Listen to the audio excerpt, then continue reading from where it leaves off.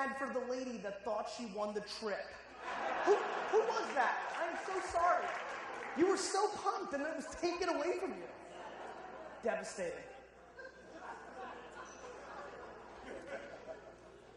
Good morning.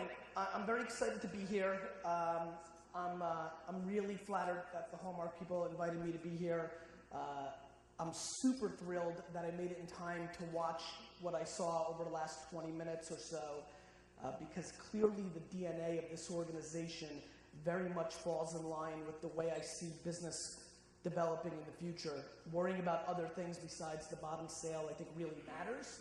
And I think what I'm about to talk about will kind of make sense. It's funny, in the pre-intro, it talked about my first business, which was lemonade stands, which is true, because I don't really want anybody to know what my true first business was. See, when I was 6, I had a lemonade stand franchise and did really well. But when I was 5, I had another business. I walked around the neighborhood of Edison, New Jersey, and I went into people's yards, and I ripped their flowers out of their yards, and then rang their doorbells and sold it back to them. By the way, really high margin business. You don't sit on the inventory too long. It's a good business. Consider it. The reason I tell you this, and where I want to take today's conversation, I'm actually hoping, I can give you a lot of spiel, and I'm going to, but I'd love to do as much Q&A as possible, because I always trust my gut. And what my gut tells me in this room is what it tells me in a lot of rooms that I speak in, which is that social media is a great buzzword, and we all hear about it. We're all very aware of what's going on. It feels a lot better to talk about this stuff today in 2011, heading into 2012, than it did when I was talking about this in 05 and 06. It's a little bit more real, but deep down in my heart, I fundamentally believe that the far majority of this room truly doesn't believe the time that needs to be put into it has enough ROI and really leads to sales. And that's what I want to really get to the crux of. And I'll give you my top line thesis, and I'll speak up here, but I would love to get into Q&A and speak specifically so I can give you real examples that are true to business, because I think we all know that in business, it's the blocking and tackling. It's, the devils are in the details. The reason I told you my terrible first business, which was not very nice, is because I want you to understand that my DNA is pure sales. Like, I want to sell stuff. I actually fundamentally am already competing with all of you. I literally sat there and was like, you know what? I should go into real estate and beat the crap out of all these people. Like, I want to win a Harvey's Award. I want to do that stuff. Like, I think about that stuff. It's the way I'm wired, which is why it's so interesting to me that what I'm probably going to talk about over the next 30 or 40 minutes is so zen. It's funny. The 25-year-old version of me would hate the 35-year-old version of me. And the reason he would hate this guy is because he wouldn't understand the value. I wanted to close. I wanted to sell. You don't build a $60 million business in a heartbeat because you're waiting. It's fast. It's fast-paced. But what I do know is how I built WineLibrary.com. Why did it go from a $3 to a $60 million business in 6 years? Because of technology. See, I didn't grow up tech at all. I didn't even have a computer until I was 20 years old. So I didn't grow up loving the internet, or there was no internet. I didn't love, having an Apple or coding or breaking down a computer. What I liked is understanding why people bought things. The reason I care about Facebook and Twitter and Tumblr and Foursquare and Pinterest and all these new things is one reason. Because I fundamentally believe that people buy shit because of it. Thank you. Have a great day. Let's do a little survey. I don't want you to lie. I got up at 4:30 in the morning to be here, so don't give me your half-ass hand. I want full hands. I'm not interested in your head nod. I want high hands. How many people here, no lying, how many people here, probably 3 or 4 years ago, at some point in their life, either within themselves or to somebody else, has said the following thing, ever, in their life, probably 3 years ago, maybe 2, maybe last week. I'm not going to get a Facebook account. Why would I ever need one? Don't lie, raise your hands. I'm waiting. Thank you. Put them down. Of those people only, how many of you have a Facebook account? Raise your hands. Since this isn't a junior high or a high school, we can even bring out this next question. And this is a good one. You're not going to want to raise your hand. I'm warning you right now. But lying is the devil, so please do it. How many people in this room 10 years ago said, I'm not getting a cell phone. Why would I want somebody to contact me anytime they want? Don't lie. Raise your hands. I'll wait for the couple of people that are holding off. Thank you. Just curious, of the 30 of you that just raised your hands, how many of you do not have a cell phone? Raise your hand. 0. Here's what I'm obsessed with. Here's why I stand on this stage today and am 100,000% convinced that I will buy the New York Jets. And maybe the Winnipeg Jets, just for kicks and giggles. Because I know one thing more than anything else, and it's what's helped me build every business I've ever built. People, us, we draw lines in the sand. We see new stuff and we say we don't like it. We fundamentally hate change. We like what's comfortable. It's how we roll. It's not your fault. It's the DNA of us as creatures. We draw lines. I'm not going to do that, and then you do.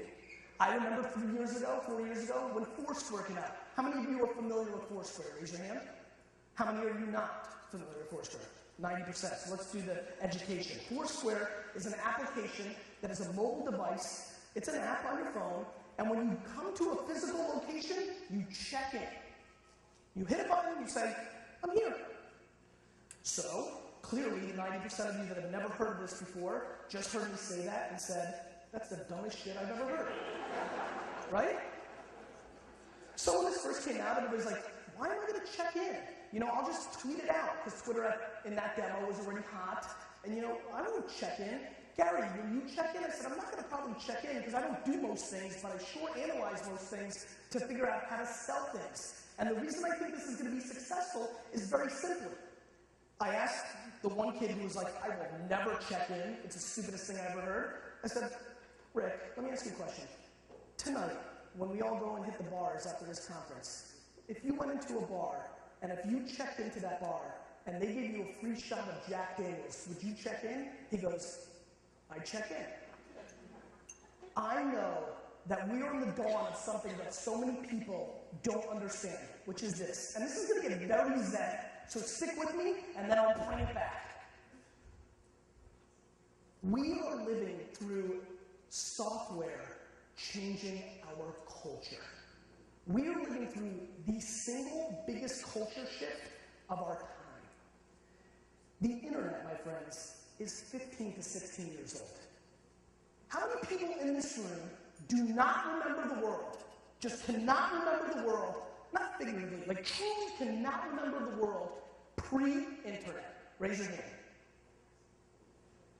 Hold on, dude. How old are you? How much? 36? What, you don't remember when you were 16? You don't remember 9? It does feel long ago. But I mean, really, because I know you remember the world pre-internet. Really don't remember. You don't? How old are you? All right, fuck. 23. Fair enough. 99% of this room remembers the world pre-internet, which means this thing is 15 seconds old. We, including myself, every person in this room, grossly underestimates the web. Social media, my friends, is just the web maturing. It's just hitting its teenage years. It's going to college. It's starting to hook up. It's growing up. This platform is overthrowing governments that have had a stranglehold on the society of their people for 4 decades. And you're going to sit here in this ballroom and have the audacity to tell me that it's not going to affect your business? Shame on you. Period. And what we are living through is so substantial and so fast that what I fear about is not, you know, Tom Ferry can make a video, we're going to enhance your sales and rev it up. Fuck that. If you don't do this, listen.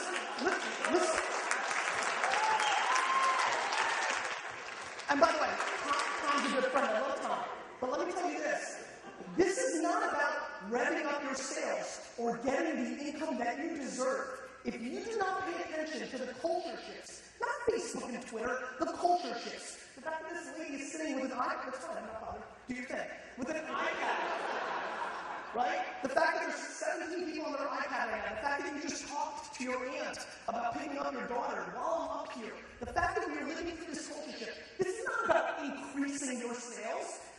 This is about staying in business. This is about actually being relevant and having any chance to be in business in 60 months from today. How many people here are retiring in the next 3 years? Not like I'm going to crush it and retire. I mean like, I'm done, I'm retired. Raise your hands. That means, just you, sir? You're done? Finished? We'll go finish, do a little fishing, right? It'll be awesome. Come down. We'll go wine country, amazing. So, except for this wonderful gentleman who can shut down right now and do whatever he wants, the rest of you need to pay attention. Because what I fear is the way that I just watched my really good friend buy a home. You know how he bought it? He tweeted out, I'm looking for a home. Period. That was fundamentally the way he just bought a $2.7 million apartment in Manhattan. He tweeted, I'm looking for a home. And then people came. Do you know what search looks like in 5 years? It doesn't look like going to Google and typing in and all that good SEO work you did and all the Google ads you're buying. That is over. It is. Because what happens now is search is being affected by what is most important, which is the social graph. See, and you can probably taste it in the way I'm getting a little bit angry right now. You know why? Because this demo, you know, when I go and talk to like Hamels and Pepsi and like the NFL and all those things, I get that they don't get it. You know why? They never care about people. They're way up here. They really don't care about their customer. But this demo, real estate, one-on-one marketing, this demo, how many people here, just curious, have sold a home because somebody that they did business with before referred them? Raise your hand. This demo fundamentally understands word of mouth. You do. You live on it. It is the currency of your business. For every bench ad or billboard or stuff sticking in the long crap you do, for every one of those things where you're doing your real business is you executed a good sale, you took care of your people, and then when somebody asks me, like, who did you use? Well, I used this guy. He was great. Or this gal was tremendous. She helped me. She cared. What we are living through is a world where there's no hiding, where everything you do now is public, where the biggest thing that people are worried about, privacy and those things, are going to become irrelevant because it's going to be the platform. Here's the kind of things that I'm looking at. That friend that bought that home, knowing that I was speaking at this conference, I actually just ran and luckily got to see it in the stream because I don't see a lot because there's so much action. There's a lot of volume. I asked him, I reached out to him, I said, listen, this is a great case study for the talk I'm about to give. I mean, I got to assume that's kind of interesting. That's a nice sale for just paying attention to a tweet and saying, here I am, I can help you. I asked him how he bought his current apartment, and he said through Google. And it just hit me. I'm like, this is so obvious to me. See, the problem is, here's why social is not working for so many people. How many people here have dabbled with social, but at this point still feel like they can't find the value in it? Raise your hands. I'm just curious how many people are in that place. Okay. Here's one thing to really look at. The biggest thing, and I've really spent the last 5 to 6 years really intensely following this space and trying to understand it.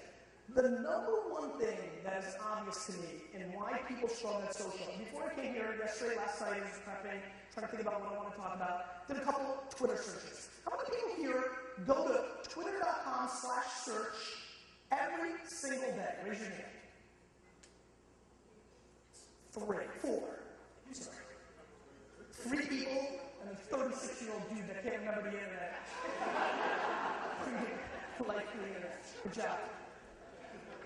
If you leave with one actionable item today, please understand that if you go to twitter.com/search and you type in keywords, which is looking for a home, house, apartment, rental, the words that you know about your business. What I did was Chardonnay, Merlot, Pinot Grigio. The fact that you can type in that word then put a space and put near colon, NEAR colon, and then your zip code or your town. And the fact that you can search conversations within a 5 or 10 mile radius of you, of every conversation of those searches, and then go out and reply to that person and create a relationship is the single greatest opportunity for marketing and for sales that we have ever seen.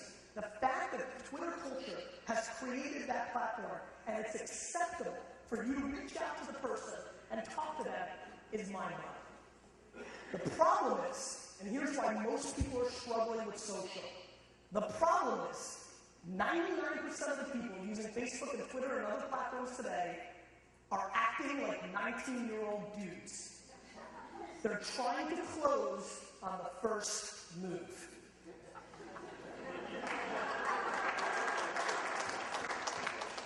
When I searched real estate terms last night, I saw some agents in there. The problem is, somebody said, thinking about looking for some homes this weekend, and instead of being cordial, respectful, trying to build some form of long-term relationship, they're just pounding like, come and see mine. Here it is. Come. See, here's what's the problem. Here's the culture shift. It's not even the technology aspect of it all. For the last 150 years, every business, every person that has tried to sell something in the world has been in push marketing.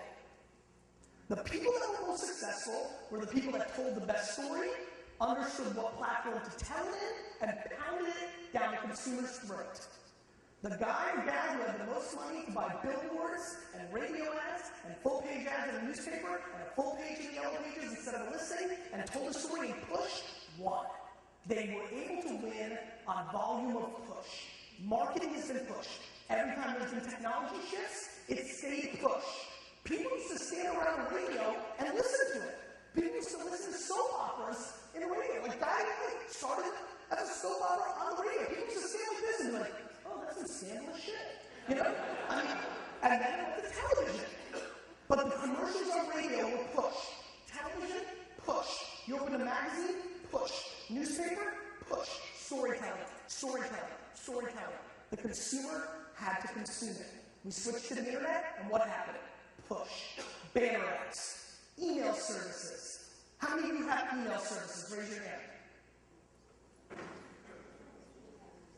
Good. Are we getting lazy? Is everybody already tired? Raise your hand. Jesus. Email services. One of the foundations of how I built Wine Library. But we pounded it. We sent out an email. When I started the Wine Library email service, it was 1 day a week. The Wine Library weekly email service. And we did great. Sold a lot of wine. One button, lots of wine sold. So the next day, I'm like, you know, after a little while, I'm like, what's wrong with 2 days a week? Let me go to Monday and Friday. What happened? We sold twice as much wine. That quickly made me go to Monday, Wednesday, Friday, right? 3 days a week. 3 times as much wine. So it didn't take very long until we went to Monday, Tuesday, Wednesday, Thursday, Friday. And we did great. Pounded. Sales up, more emails coming in, more wine selling, pounded. Crushing, growing the business, everything's awesome. My brother got a Lexus, I'm not bitter. You know, so things were great. Then one morning, after about 4 years of that, I'm like, people check email on Saturday, right? So we went to the weekend, and it worked. But anybody here who's ever done email marketing or has tried it, whatever, I don't understand how it's different in real estate from retail. It started to dilute. It started becoming annoying. We're going to forget in this room, but when you guys first got email, the first time you really started using email, you loved it. Email was one of the great inventions of all time. I remember when it came out, I was like, wait a minute, I can send this for free? They're going to start charging for this. Why would I ever write a letter? Email is great. You got it. When you got mail. It was like Christmas. You're like, yes. You opened it, you couldn't wait. Now, every single person in this room hates email. You know why? Because marketers and salespeople ruin everything. Everything I wrote about in my last book, The Thank You Economy, everything I believe today, everything that I know that will grow your business over the next 5 years will be ruined by marketers. It will be over. This golden era of social will be ruined. You know why? Because today, when somebody's saying, think about checking out some new homes, or I need to sell my house, only a couple of smart early adapters are going to jump in and be able to have that conversation. Do you know what's going to happen in 36 months? All of you are going to jump in, and then it's going to be annoying. So the tactics and opportunity in the marketplace today are going to have a very short window. We ruin everything. When I did free shipping for WineLibrary.com the first time in 1998, it was the single biggest day in sales history, still to this day. We are 20 times revenue from then, and we still can't top that day. You know why? Free shipping was new. It was surprising. People bought it like crazy. People bought wine that week like it had the cure inside of those bottles. One guy left a note, said, buying this wine for my daughter's wedding. Thank you for doing the free shipping. It really helps. Me, living in the thank you economy back then and not realizing it, picked up the phone and called him. Said, Jim, just want to wish you a congratulations. Can you tell me where the wedding is? We'd like to send a nice bottle of champagne from Wine Library as a thank you for this great order. He said, oh, no, Gary. My daughter is 12.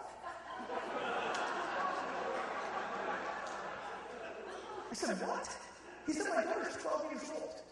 He said, this is such a sick deal that I'm buying this wine and sticking it in the basement for the next 15 years. Now, we are all so spoiled that we don't even buy anything unless it's on Amazon Prime or free shipping. Guys, here's the point of that little story. What's happening right now is a substantial phenomenon. When you start looking at the ways you guys market, how many people here market to consumers? Raise your hand. I'm just trying to get a feel. Some of you might be living on word of mouth, but I just want to get a feel. How many people here do web ads, Google AdWords? Raise your hand. How many people here? So, when I look at this space and I look at the dollars spent on traditional or networking, which I love, and when I hear networking, it gets me interested because I'm like, because what I've been doing and what I've been building and for our clients and for my own business is virtual networking, right? I used to go out till 7 to 10 and network in my town for the store, this and that. You know what I like better? Laying in my bed at 4 o'clock in the morning and still doing that same networking. See, here's the thing. Here's where it gets really interesting. And listen, I became famous as a video blogger. My first book was about making YouTube videos and building brand equity. Benjamin said content. I believe in it. But here's the problem. Everybody is in the content business. That is where everybody's playing. Everybody is focused on content. The biggest difference in the way I look at the world today, where I see the opportunity, is while everybody is in the content business, I am obsessed with the context business. See, the real war that is being waged right now for your clients, the real opportunity for you to really build a big business long term is in context, not content. See, when you do an ad, the reason that gentleman's successful with that networking is it's real. He meets people, it becomes a real relationship, and he works off that opportunity. It may not lead to something today, it may lead to something tomorrow. What social provides is an opportunity for you to create context with the people that are living in the world. And as every day goes by, we are living more and more of our lives online. I don't have the Canadian data, but one of the most amazing things I saw was the percentage of first-time home owners and buyers, even during a recession, that were 25 to 45 years old. And I said, okay, fine, first time, that's why that's happening.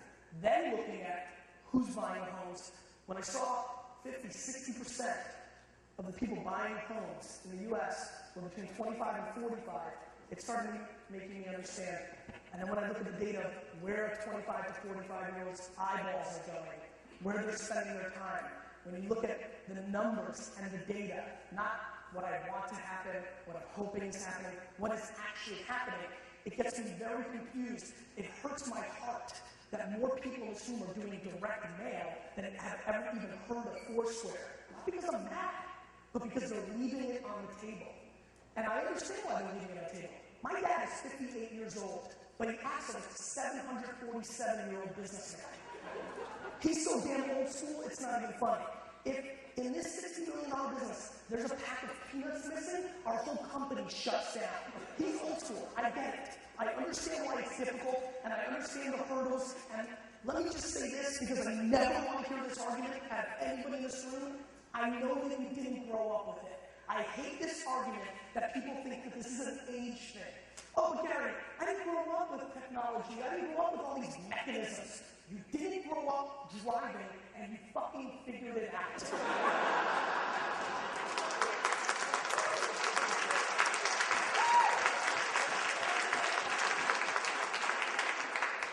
There's no way you're in this room, work for yourself, have that kind of entrepreneurial spirit, and don't have the capabilities of figuring it out. You may not want to. You might be tired. I get it. You might want to go fishing. Where are we going, by the way? Alaska? I heard good stuff there. You might be tired. I'm going to the farm. You might be tired. And where I would really respect you is you might not think it's worth it. But the problem is, if you don't think it's worth it, then you haven't been building big businesses your whole life anyway. You've been thinking short-term anyway. Here's where social really hurts everybody. It's a marathon. In a business world that everybody wants to run a sprint. Everybody wants to close. They want results immediately. They've got numbers to hit. It really sucks in corporate. In this environment, in your world, this should be an absolute no-brainer. You guys are playing a slow-roll, long-term business game. You are based on relationships and word of mouth and connections and getting the business long-term. You guys aren't selling enough volume to worry about short-term returns. Corporate sucks because they're worried about quarterly numbers and stock prices, and they have a real struggle to work with social. But this environment, this business model that you guys are in, has absolutely no excuse to not worry about the long tail. The problem is, again, people worry about the short-term aspects of their business, and it is absolutely clouding you because here's what's happening. Understand what social really is. That kind of gentleman talking about networking. Marketing, and the way you guys, everything else you told me, whether it's open house, by the way, or direct mail or outdoor, has been giving a presentation. It's the skill set that I'm using right now. The marketplace is shifting to a cocktail party. We're going away from what I'm doing now to if this talk ended and we cleared the tables and we all started talking. There's a substantial different skill set from doing what I'm doing right now to when all these tables clear, we all stay here, and who wins in networking this room. Working the room is different than giving a presentation. Business, for the last 100 years, has been giving a presentation. Social is shifting us into working the room. It is a fundamental different shift. It is also my belief, because this is more about farming and nurturing relationships, why women will completely dominate the business world over the next 20 years. How come dudes never clap to that? Thank God I'm girly, because that's why I'm going to dominate. But this is very practical today. See, I'm sitting up here and I'm giving my talk right now. But really what I'm doing in my second process in my brain is like, how many people are sitting here and saying, what the hell is this kid talking about? And is all this full of crap? Like, do I care? Like, that's not going to make me pay my bills tomorrow. I'm not selling an extra house. That's what scares me. I watched in 10. My favorite sport is football on record. My real favorite sport is business. 10 guys on a board in the US 9 years ago who amassed $5 billion in wealth in their careers sat at a table and said, hey Dick, what do you think about this Netflix thing? Important? I don't know, John. I cannot see it. Ronnie? No, people want to go to the store and browse the videos.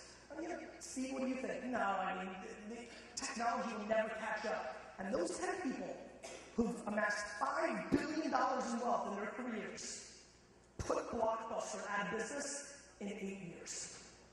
See, innovation has no feelings. If it did, Microsoft would have never let Google happen. Google would have never let Facebook happen. Facebook would have never let Twitter happen, and on and on and on. This stuff happens so fast today, and it's so important today, that the impact on your business is staggering, yet people are still trying to figure out the ROI. How many people here have heard, what's the ROI of social media? Just trying to get a feel, raise your hands. I hear that all the time. What's it worth? What's the ROI? I got pushed in a corner in a business meeting of, what's the ROI of social? The CMO was really pushing me in the corner. She's like, that's great, Gary. I'm going to show her everything I have and numbers, and where the lift has been, engagement, the following count. They bought things, they got coupons, real ROI. She, and this is where it gets interesting, wasn't really there to learn the ROI of social. She was there to get promoted. Her company's conservative, and if she didn't believe in social media, that would be good for her career. And I understood that, and actually we respect it. She's playing the game. So she's putting me in the corner, and finally I look at her. She's like, what's the ROI of social media? What's the ROI of social media? What is the ROI? Yeah, that's great, but what is the ROI of social media? Finally, I look at her and say, what's the ROI of your mother?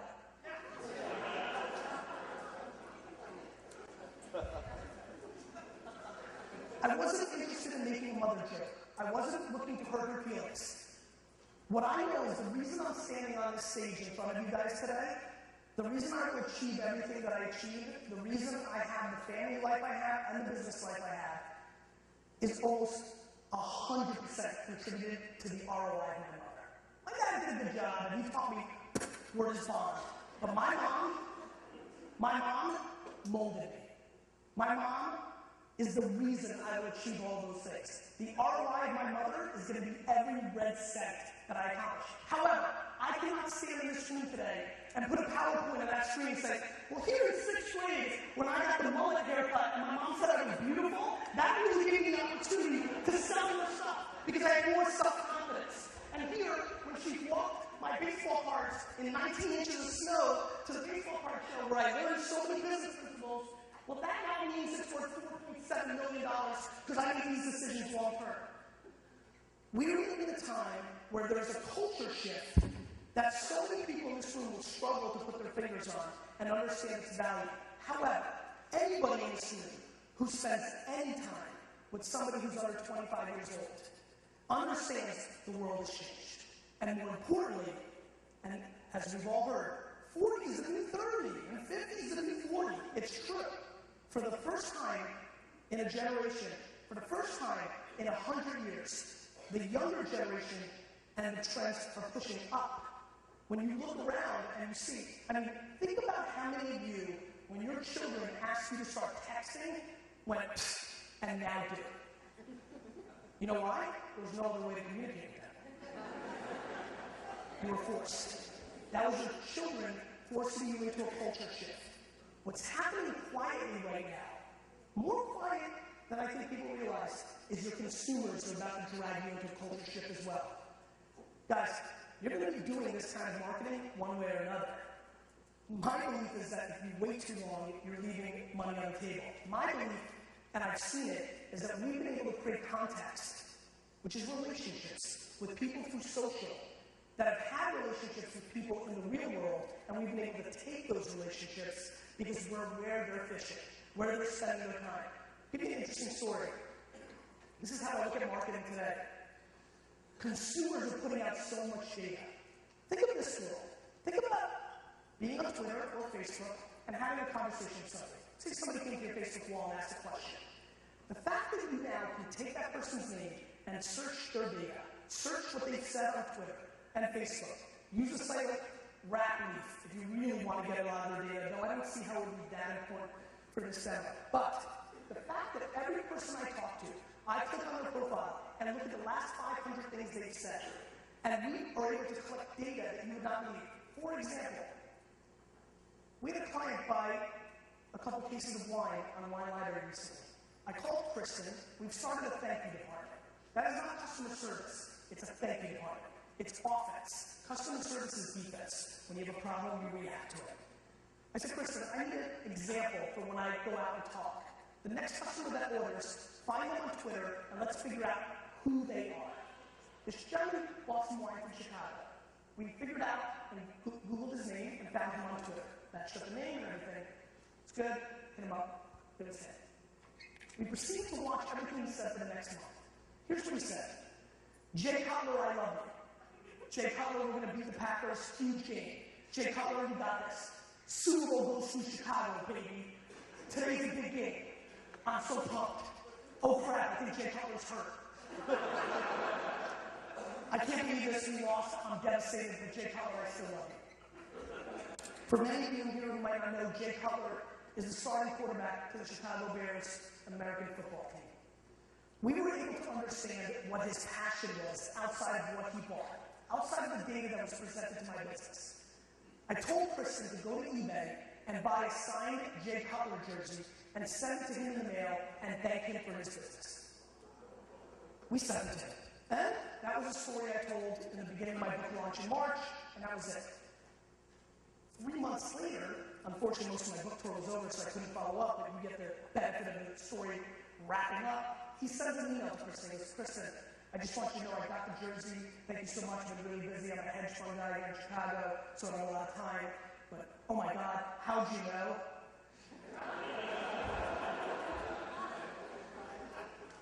And I just want you to know something. The order I placed with you guys was the first order I ever placed with you guys. I randomly found you. But over the last 11 years, I've amassed my wine collection from Sam's in Chicago, and have spent over $1 million on my collection with them. I just want you to know, this gesture, not the jersey, is going to put me in a position where I'm now moving my business solely to you. Thank you so much. And by the way, I have this huge party, a 10-case order. Now, why is this important? This is an important story for one main reason. Not because we got the guy's business, and by the way, it costs us $400 to get it. And I don't want you guys to go out and buy your clients. We've done a lot of things like this lately on interest. For example, one guy loves barbecue. He was going to Kansas City. We sent him an itinerary of the best barbecue places. It was the effort that mattered. But what happened was the Jay Cutler guy's been great in that business. The Kansas City guy, who bought like a $9 bottle of wine, was so thankful for the experience that he started to amplify it. He told everybody on Facebook and Twitter and everywhere else, wrote a blog post about it. And what started to happen was his social graph was being affected by our story. And we picked up more customers from him amplifying what we did for him than anything else. See, here's the real punchline to this whole thing. And this is why I love seeing the amount of people in this room that maybe have been in business for more than 5 minutes. What disgusts me right now is that everybody's hiring 21-year-olds to do their social media because you get it, right? No. The 21-year-old you hire to use Facebook for your business, use Facebook to pick up chicks, not to sell stuff. So that's that. Then you got a 60-year-old who's like, I didn't grow up with this, and we talked about that already. But this is real business. And I know that the people in this room that are maybe a generation older than I am, or maybe 2, are going to understand what I'm about to say next. As technology takes us into the Jetsons era, all of the action, and all of the money, and all of the opportunity is acting like the Flintstones. As technology takes us in a different place, our grandparents are more positioned to be successful in the new world than we are. Because your grandparents, whatever they did for a living, the way they handled their customer was extremely different. We, my friends, are going back to the small town rules. We're going back to when you walked into the butcher shop in the 1920s, he started cutting roast beef before you even got fully through the door because he knew you. Because he knew everything about you, he even asked how stiff his baseball game was. And that kept you loyal to that business. That context and relationship is what mattered. And what technology is doing, what Facebook and Twitter is doing, when you hit those like buttons and you retweet and you say what you're doing, it's bringing data back to us to understand our client. It is grossly negligent, in my opinion, to be selling homes in 2012 when you are walking somebody around and you're not doing a massive background check on who they are, searching what they're doing on Facebook and Twitter, and knowing who they are as people, knowing their interests and who they are is going to allow you to service them dramatically better. And when you surprise them with your know-how of them, it will really matter. It's going to be the kind of story that they tell to their relatives that lead to business. And this is a slow roll. It is a slow, slow roll. But social has brought a marketing game that most people don't want to live in, which is one-on-one marketing. Most of the big companies that I deal with hate everything I talk about. You know why? It's much easier to buy a $3 million Super Bowl commercial, throw it up, let it fly, feel good that you're in the Super Bowl, and be done with it. Everything I practice, everything I live is hard. You know, Benjamin is sitting here. If Benjamin asked me to go run and get him a soda right now, I would. What's your name, sir? If Kevin did, I'd say, get it yourself, Kevin. Now, Kevin's a good guy, and I don't want to be mean, but Benjamin and I have probably engaged in real life for like 6 total minutes. But over the last 3.5 years, have talked an enormous amount on Twitter about different things. And when I saw him walk in, I felt something. It was context.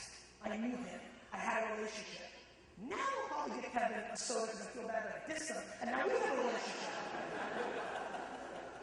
I am obsessed with the relationship tab. I'm obsessed about sitting and talking to Michael before I got up here. I now have a different relationship with him. Just a little. I don't feel about him the way I feel about my friends. And my mom, I would do anything. And my brother, almost anything. And my best friends, a whole ton of stuff. And solid acquaintances, a good amount.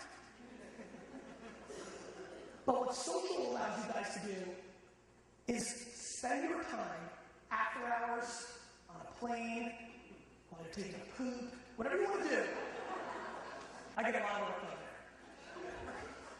there. You are able to, for the first time ever, scale caring. For the first time ever, we are able to scale context. For the first time ever, sir, we're able to scale that networking knowledge. The fact that shaking those hands virtually means the same is mind-blowing. You wouldn't believe it. I know that there's a ton of people who are like, Gary, it's not the same. It's so creepy. I hate when I go out and I see everybody on their phones. They're not even talking to each other. All this social stuff is so fake and it's not real. And then I always ask, do you use it? Well, no. And then I'm like, well, then shut the fuck up. Because I can tell you right now, I feel what I feel for Benj. I just do. And I do it every time I go on a book tour or I do business. The people I've engaged with, I have context for. And hopefully your avatar actually looks like you, because that really helps. The world is changing at a speed we've never seen. How many people here have done Facebook ads? Raise your hand. About 10 to 15, 20. How many people here are liking what Facebook ads are doing for their business? Raise your hand. So probably about 3 of the 20 people. And I understand why. I did a lot of Facebook ads and was really struggling to convert because it's so different than Google, right? Google searches intent. Facebook, the ads are popping up based on your interest graph. But then, I didn't give up. I knew that people were being successful and I started spending more time. Now we're converting Facebook and it makes us completely forget about Google for our wine business. And for one of my realtor friends as well, and especially my one friend who sells cars. Because here's what's really fascinating about the social graph. We are mapping our interests. Let me give you an inside secret. I ran wine ads based on people that liked wine. Like you literally went on Facebook and you liked the wine page, and of course you like wine. It made so much sense. However, then I started running the ads on hiring wines for people that liked Tiffany and BMW and first class. And our conversions exploded. See, what's happening in social is there's so much data we're putting out, and if you understand how to make more than the first chess move, it really unlocks enormous opportunity. We are living through a world where we are going to be buying virtual goods one day. Every person in this room, I don't care if you're 90 or retiring in 3 years, will buy something on the internet in the next 10 years that doesn't exist. Virtual currency. Why? Because just like we like to draw lines in the sand and say we don't do things, we have an inherent want to communicate. It is why fashion is such a big industry. It is why fashion will never go away. The same reason they're showing you those awesome glasses, and you're wearing that dress, and you're wearing that awesome shirt underneath with the googly things on your wrist. The same reason is the same reason as our lives go digital, we will want to express ourselves in those communities. How many people here either play or know somebody that's played Farmville? Raise your hand, don't lie. Farmville is a game on Facebook that at its height had 88 million daily players. Real numbers. Not those television ratings that Nielsen tries to make you think a lot of people are watching. Real numbers. And I know people that were taking care of their virtual sheep better than they were taking care of their real dog Spot. But it wasn't because it was so fun. It was happening because of the context. and so were four of their friends, and they wanted to show their friends that their farm was better. The same reason you buy the cars and the homes and everything else you do today. The same reason when I go to my Jets game on Sunday night this week and everybody's wearing a Sanchez jersey or a Damian Thompson jersey, one of the stars, I'm going to wear the backup right guard's jersey because I want to prove to everybody in that stadium that I'm a bigger fan than you. The same reason that happens is the same reason that this world matters so much. Guys, here's why this matters. We, period, this is a definitive statement, we will be living our lives in a digital world. Everything will happen digitally. Everything that matters will happen there. And you have to be playing in those playgrounds. You've got to be there. This is not a luxury. This is not, oh, I'm going to get a couple extra sales out of this. This is not some new funnel that you're going to get business from. This is the funnel. And it might not be 100% of the funnel now. I know you're sitting here and saying, well, I'm doing great. I'm not doing any of this shit, kid. Well, here, let me tell you about my first keynote that I ever gave. It was in 1995. And some guy came up with so much data and building tons of businesses and gave a PowerPoint presentation, and he said, I'm very happy to be here at the first ever e-commerce conference, but I want everybody in this room to know that no person will ever put their credit card into a computer. They don't trust it. And everybody in the room said, yeah. And he goes, and this kid is about to take the stage and convince you that you're going to buy wine on the internet. And so I came out and I said, thank you so much, Mr. PowerPoint. And he kissed me, and I like his bravado. I like that he's trying to get gangster. I like it. But I walked on stage and said, listen, here's what's going to happen. It's going to take some time. But I live by one statement that I made several years ago, which is that legacy is greater than currency. And the reason I talk about the stuff that I'm talking to you guys about today is because I know it's being recorded, and I want my grandkids to be like, oh crap, Grandpa was smart. He was right. I knew that that guy was going to be wrong.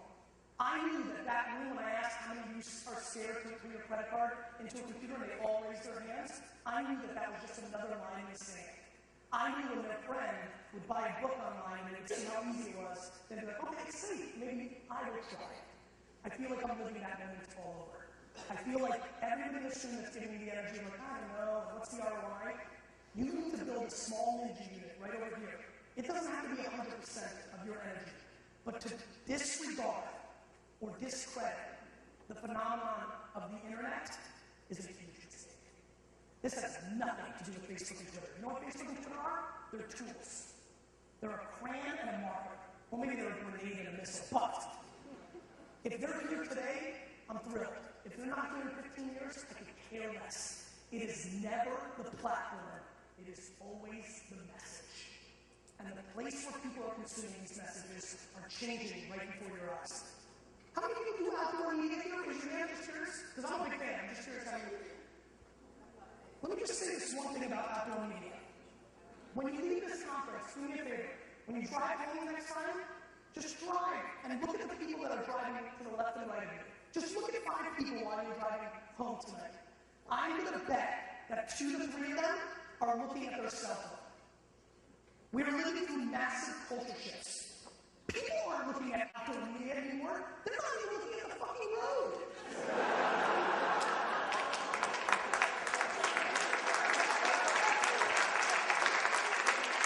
Culture shifts. Culture shifts. How many people here watch television? Raise them. How many people here use TiVo or DVR or one of these recording devices? Raise your hand. If you use DVR or TiVo, how many of you have fast-forwarded in the year 2011 every single commercial of your show? Raise your hand.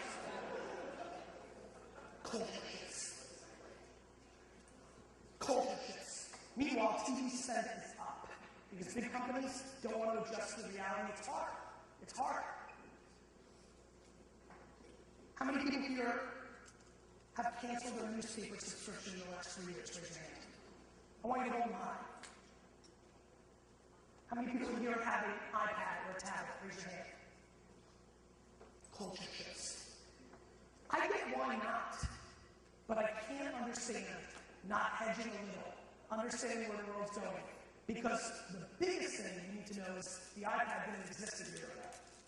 You know, all this that I'm talking about didn't exist 6, 7 years ago. It didn't exist. These sites did not exist. This is happening much, much faster than you think. The mobile innuendo that was going on earlier is absolutely true. It's how people make decisions. Information has no value anymore. Remember when being smart was a good thing? Now you go out to dinner and you start talking about the 22nd president, and you're like, who's the 22nd president? You know, 10 years ago you felt bad that you didn't know, and now I'm like, I don't know, I saw it for 1 second. I'll go, Johnson. I mean, you know, we are living through the greatest culture shift of our time, and I just really hope everybody steps outside their bubble, stops worrying about selling the next home, and asks themselves, how am I going to do business in 3, 4, 5, 6 years from now? Because if you don't start building sensibility into the world where it's going, you will be run over, just like Blockbuster, just like Hallmark, just like every other business. It is time now, because everything that's in play right now is an opportunity will be ruined in 5 years. You're going to have to win for the next half decade and then readjust again, because business has no feelings, and innovation has now gone over critical mass and is fundamentally changing the game. However, this room, this is what excites me about coming to conferences like this, unlike corporate America. This room should know everything I'm talking about inherently. And I know the people that are doing it best do. What you might have not done yet is apply that DNA and principle into the new digital world. When you do, you will not believe the scale of what that skill set that you use in the real world can do to your business when you can actually scale it. Thank you.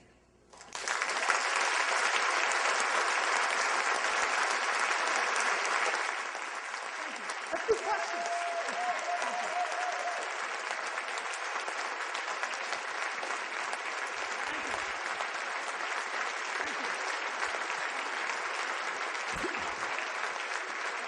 Thank you so much. I want to do some questions, right? How much time do I have?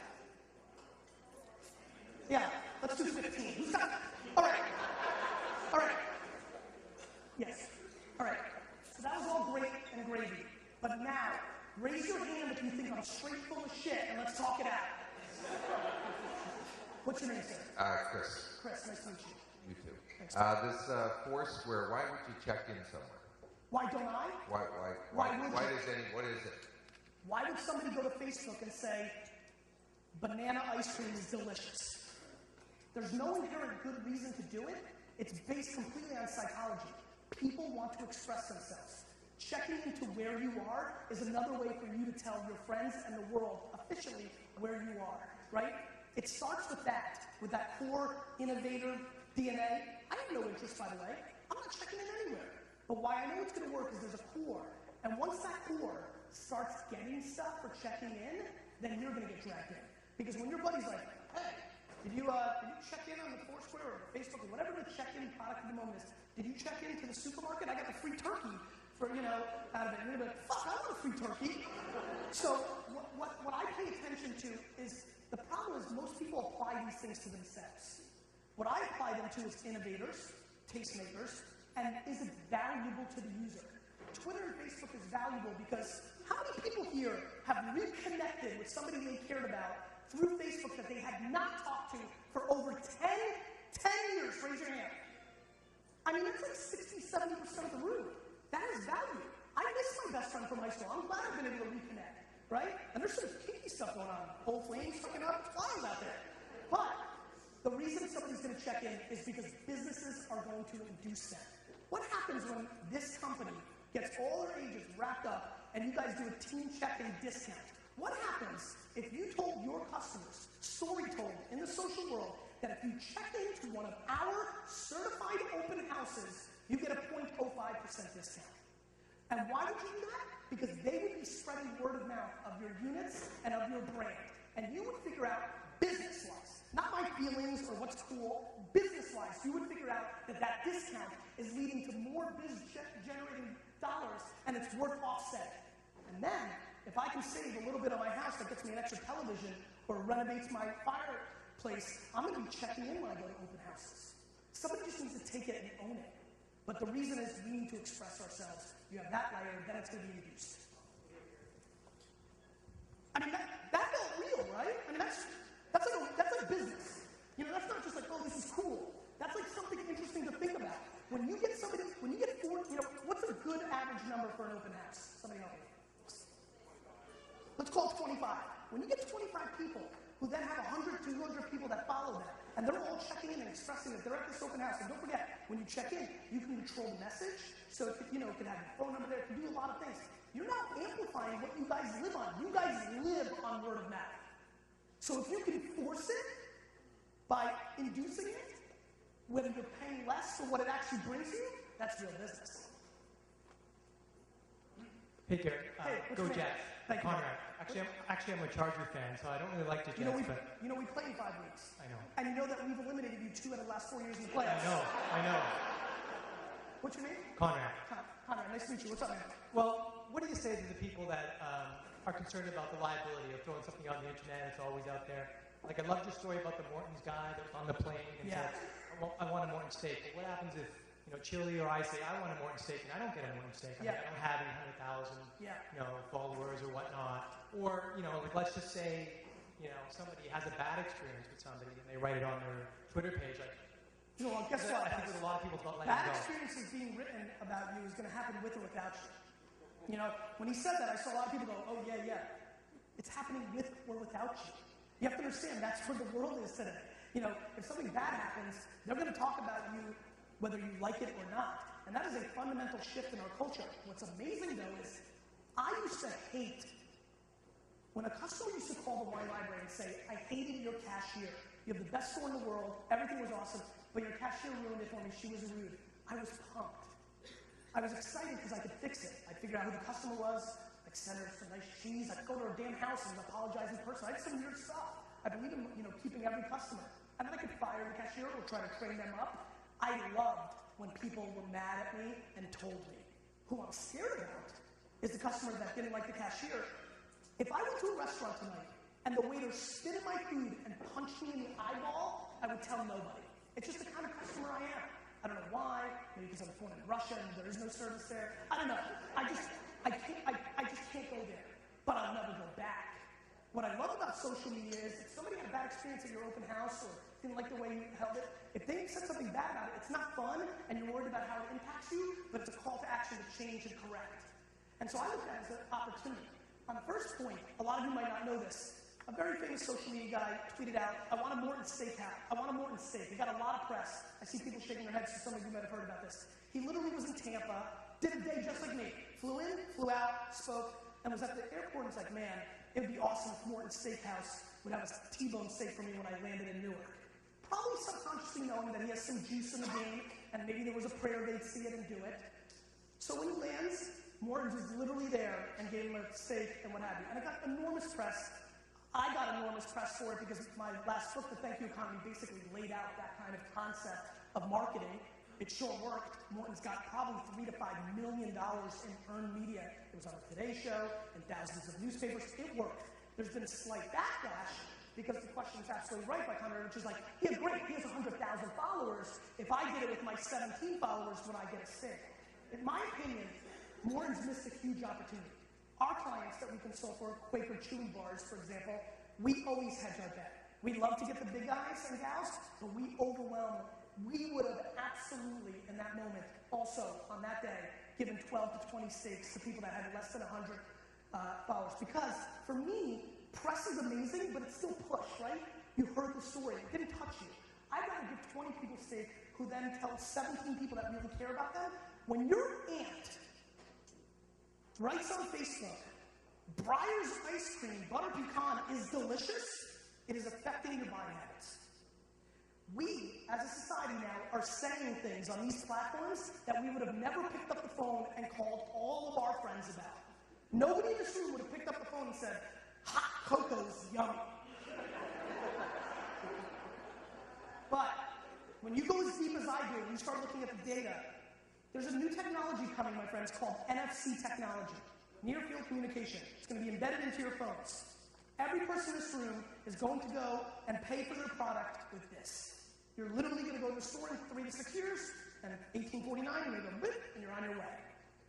When you understand how much social is being consumed on the phone, and when somebody says, Breyer's ice cream, butter pecan is yummy, and it's somebody you know, not an ad, and it's hitting you in your contacts field, and you're in the store, and then, because of the way technology is going to work, Breyer's can pop up right there on the side and say, and there's a 50-cent coupon if you buy it, because we know you're in Walmart right now.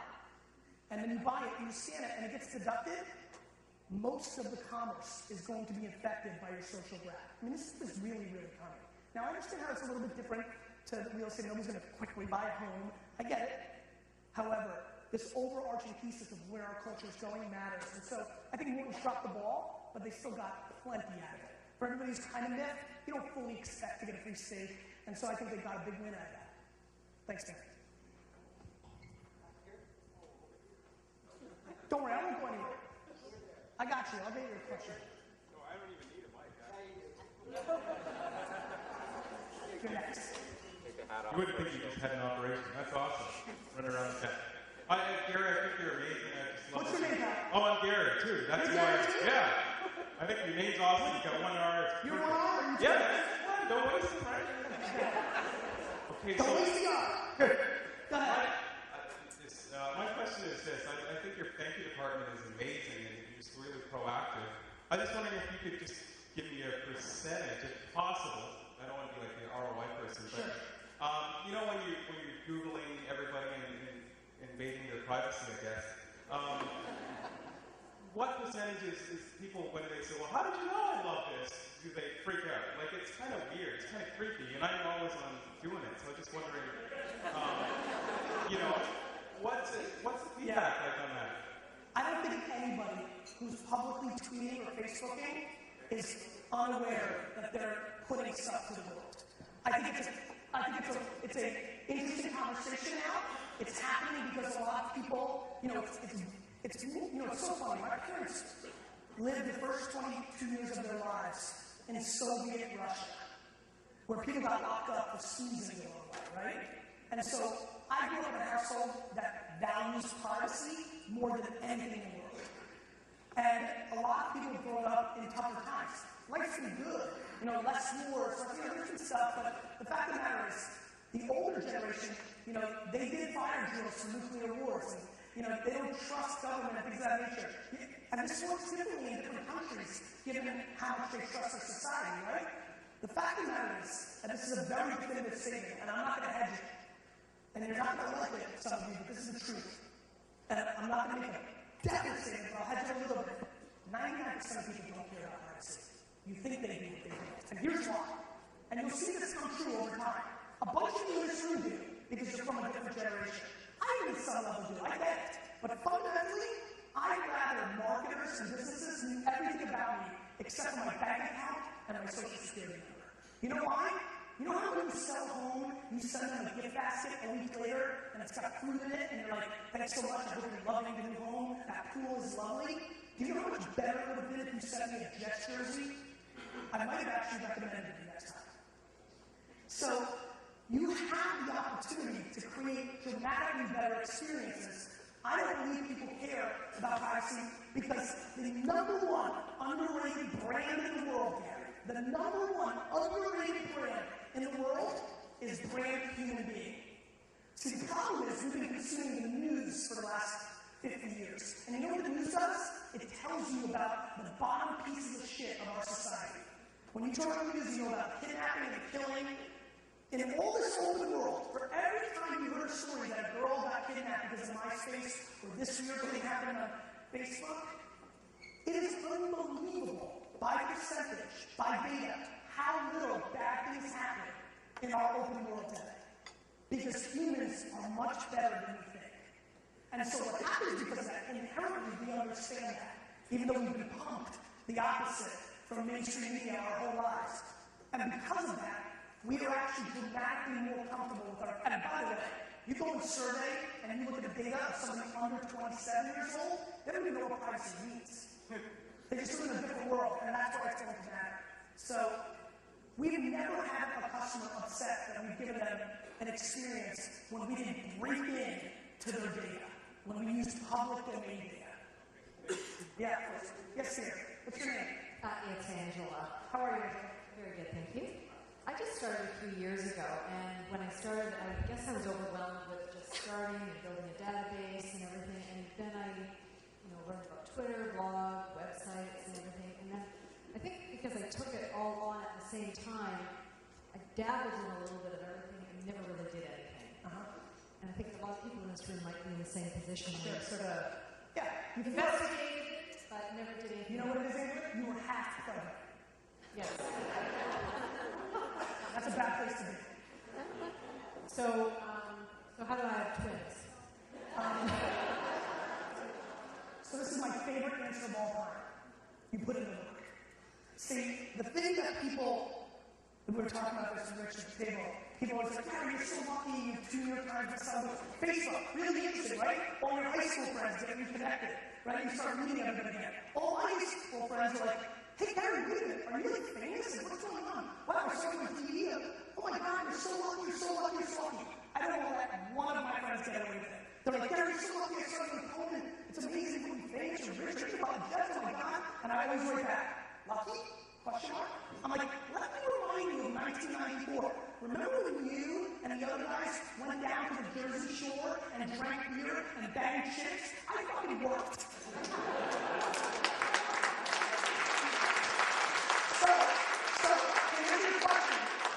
answer your question, the reason I became relevant in this space, and some of the gentlemen who watched it from the beginning knows, I stayed up at 4 o'clock in the morning every single day for 3.5 years and engaged with every single person that at first talked about wine, and then as I became more relevant, wanted to talk to me.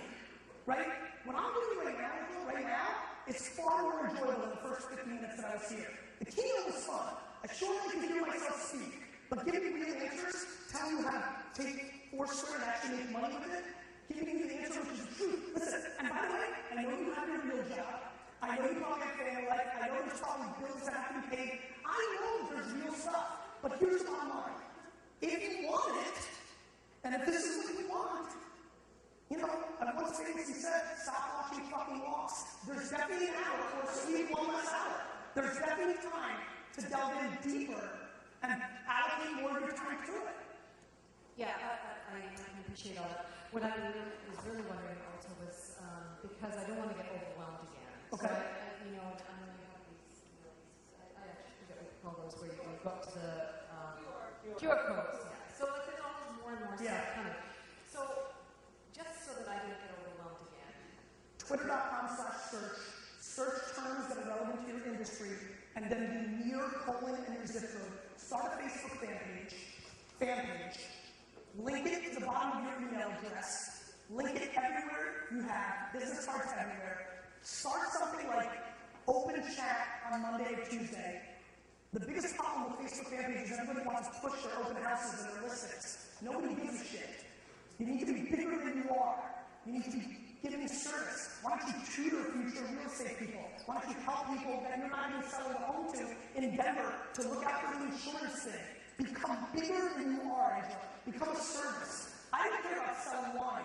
I care about educating a generation about wine, and that lifted me far beyond me selling wine. So, point number 1, be bigger than you are. Put out content, and in your Facebook fan page, which is absolutely the home to do a lot of social, create a culture there, like a tea, like an afternoon gathering. Make it more about the people that actually follow you. And at first, it's going to be 27, and it's going to feel real quiet in there. But if you pound it and you make a commitment to it, and you put it in your email signature, and you put it in your pamphlets, and you make a full-fledged, not half-right, going all-in move, you'll start building a community there. That's where you house everything. Twitter is where you fish and you hunt. By searching, you then amplify the person, and you never try to sell to them on the first move. You ask them what their problems or concerns are, you build the context of a relationship, and you do that 24/7, 365, bleeding out your eyeballs for as long as you can, and then in 6 years, you'll have a business.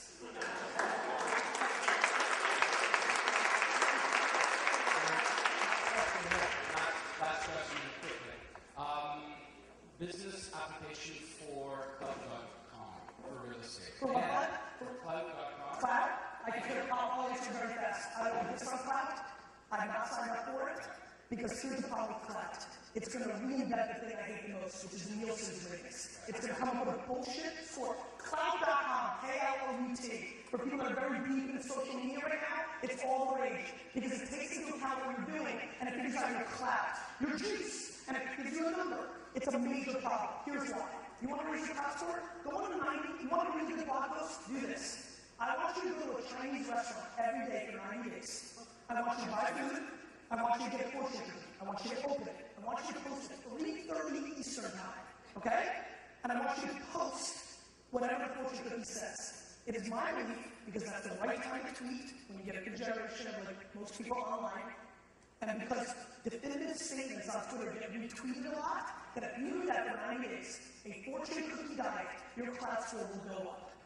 The problem is, that doesn't mean anything, right? It can be gained. So I'm very down on Clout. Because it's causing problems in the marketplace. As always, that's the best marketing media. I'm going to do it this afternoon. You want to raise your Clout score? Anybody want to go for Chinese food, let me know. And then welcome to the Chia. Is it a good wine? Yeah, for sure. Listen, guys, I'm just starting with this, and then I'm going to catch my flight.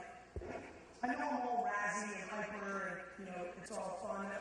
This is very, very serious to me. Like, the stakes are extremely high. I have no vested interest in anybody here. As a matter of fact, you want to be blunt? I actually hope none of you listen to me, because then there's more for me. I mean it. I have no vested interest in this working for you guys. I'm not in this space. I'm not selling any kind of product or service. I just know, and what I try to accomplish here today is one main goal. That in 5 years, when you wake up, that you go, shit, that kid was right. That's what the business I'm in. I want to be right about where the market of business goes. I am 1,000%, not 99, not 99.9. I look at the data and the numbers every day. A lot comes from my gut, but it's always supported by the actual marketplace. Our world is going to look so. Wait till you see what your television is going to be doing in 6 or 7 years. When you guys start selling homes, when people are watching Flipping Out on Bravo, and your ads are popping up there, and then you're talking to that person while Flipping Out's happening, and then you sell them a home in 6 years, that world is coming. But if you don't start building the sensibility, you know what it is? I'm not trying to tell you to do a push-up. That's a tactic. I'm trying to tell you to live your life healthier. You need to live your life more tech out in business, because it is absolutely going to be the currency to put actual currency in your pocket. Thank you.